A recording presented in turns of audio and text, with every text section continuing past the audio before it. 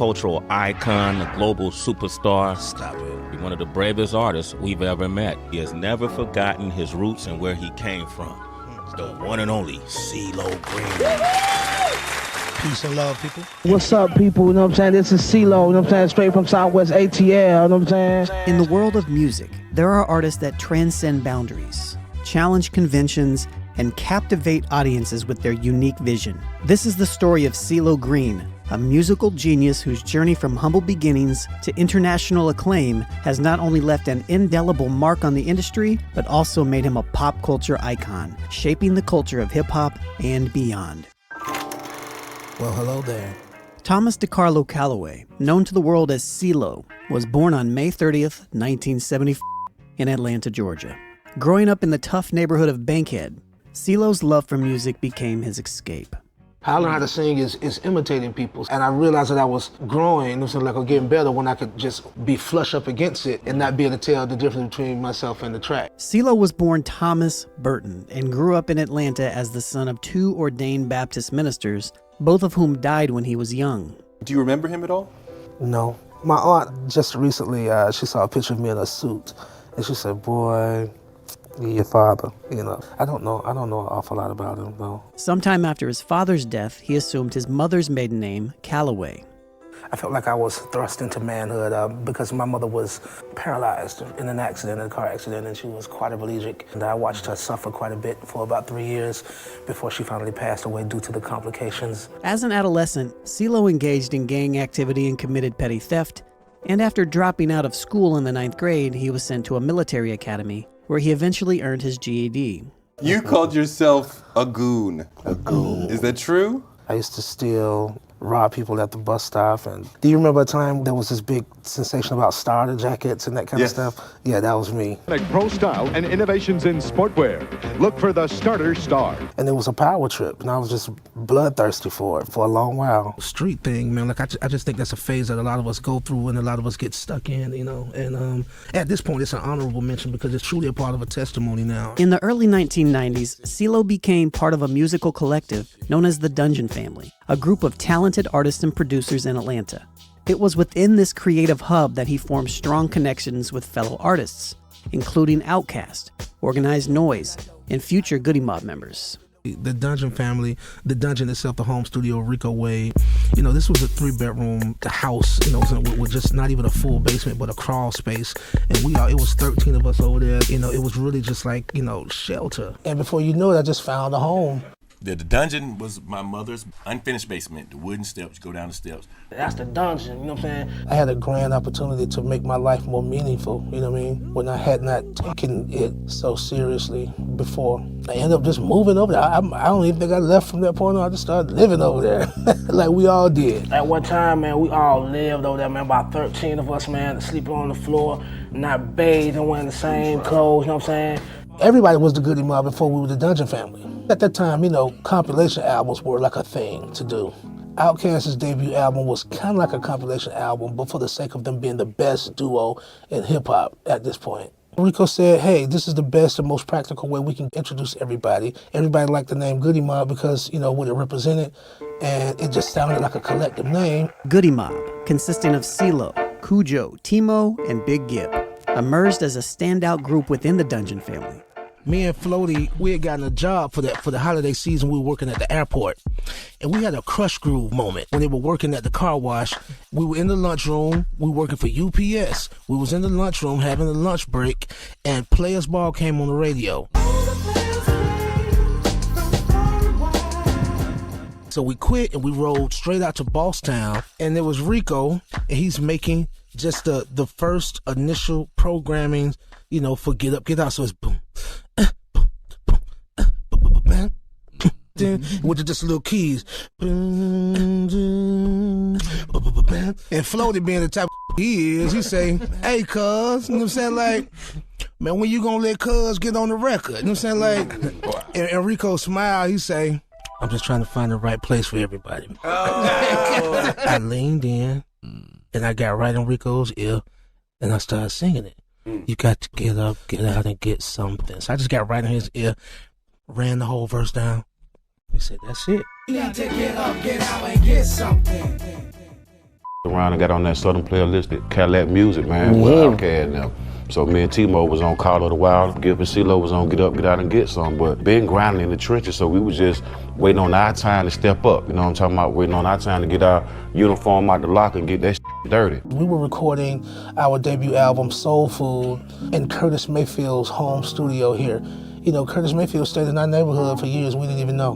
Goodie Mob's music spoke to the realities of urban life and tackled social issues, resonating with listeners and solidifying CeeLo's reputation as an artist with a powerful message. Been dying over bullshit for a long time, you know what I'm saying? And the music is here as to heal and to cleansing the mental debris, and it's just about unification and awareness and consciousness, you know what I'm saying? Their socially conscious lyrics and unique sound caught the attention of both hip-hop and mainstream audiences. First of all, let's get this straight. I got one of the baddest little in the game in my group, CeeLo Green. He one of the baddest, and I can't take that from him, bro. The first time he rapped, first Southern rapper to ever get Rhyme of the Month, 17 years old. CeeLo's association with the Dungeon family not only solidified his place within the hip-hop community, but it also set the stage for his eventual rise in pop culture. First time you heard Goodie Mob, you heard him doing what? Singing. Yep. Yeah.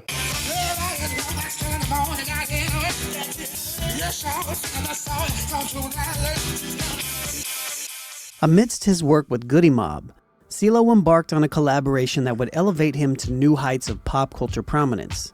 And it was by accident. Me and 𝗕𝗔𝗡𝗚𝗓 met on the campus of UGA, University of Georgia. We were doing a show as Dungeon Family there, so it was us, Outkast. I think the whole entire crew was there. A good friend of mine named Trey, faithfully enough, reintroduced us maybe a year or so later. We got in the studio one day, he said, "Yeah, do you mind if I play you a couple of things?" I was like, cool. So he goes on to play all this ill that, you know, ends up becoming St. Elsewhere, but I was just taken by it. It spoke to me in a real way. I said, this is different. I said, like, yo, I want to use a couple of these. Let me do, you know. Years later, I found out in an interview that we having that he said that he was bluffing me, but what he told me was, he said, well, I don't normally do tracks, I do albums. I said, well, shit, let's do an album. Teaming up with producer 𝗕𝗔𝗓𝗪𝗓, they formed the duo Gnarls Barkley, and their impact was felt far beyond the hip-hop world. Gnarls Barkley's debut single, Crazy, released in 2006, became a global phenomenon.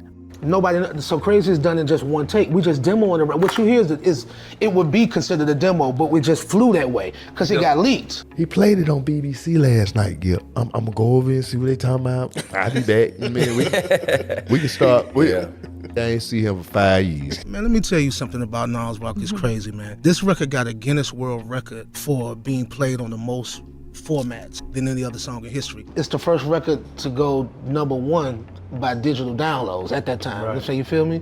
So it was #1 several weeks before we did a deal. And all this time, when all the speculation, Goodie Mob this broke up, we was already back talking, already back in the studio kicking it, and he just happened to sing on this man's song, and it took him, I didn't see him again to New York City at the BMI Awards.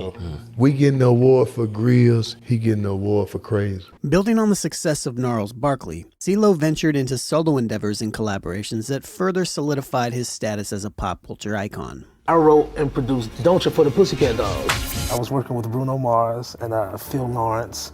They go by the collective name of the 𝗕𝗔𝗡𝗚𝗓, and I met them before the success of B.O.B. and Travis McCoy and all of that. When Bruno Mars and Lawrence were writing Forget You, they weren't sure it was even worth completing, but when they played it to CeeLo, he decided that he wanted to try it out. They had kind of like a sketch of what the hook would be, but of course, you was written in stone. So, I think it went from, I see you kicking it with the girl I know, and so the lyrics changed like that. Just kind of wrote the song out loud. This record, it does not stem from the storyline. The storyline is not really a whole truth, but I'm saying, like, at this point, I was ready to say, F you. All of y'all.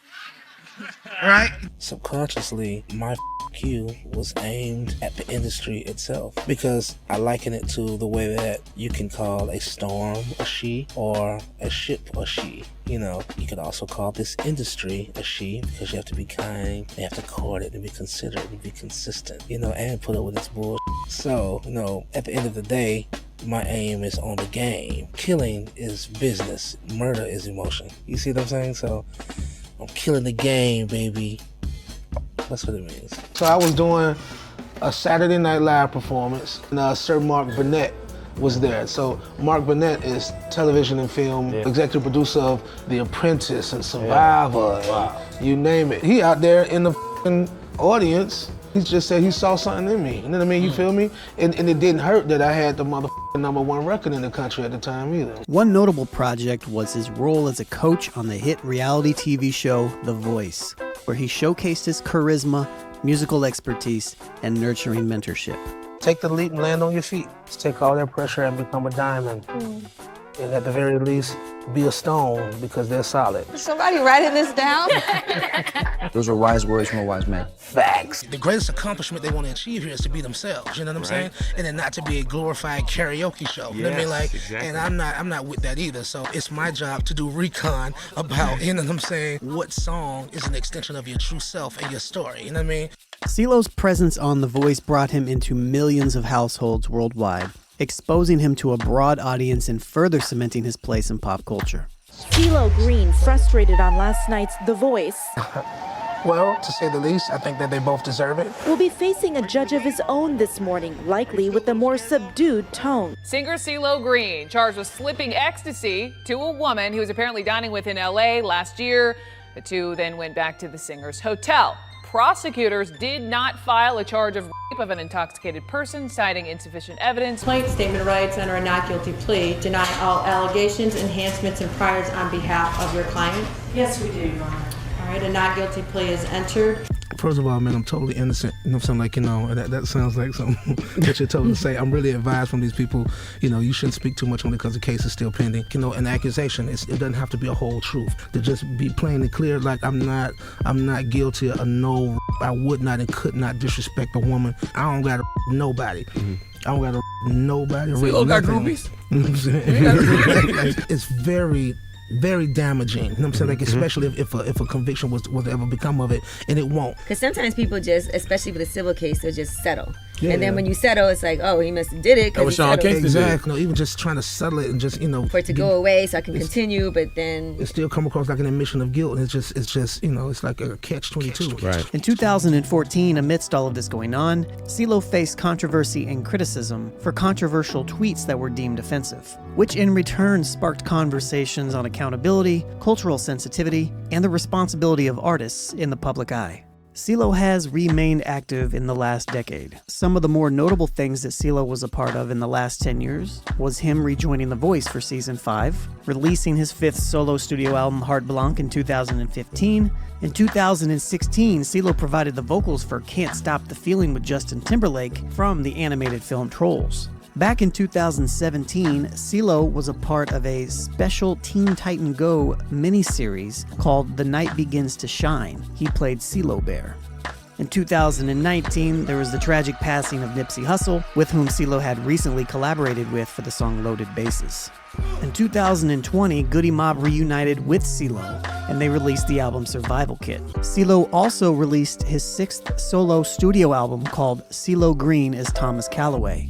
Most recently, in 2023, you can hear CeeLo on the intro for Killer Mike's new album, Michael. Today, CeeLo's influence on pop culture remains significant. His contributions to music, his presence on television, and his collaborations across genres have solidified his status as a cultural catalyst and icon.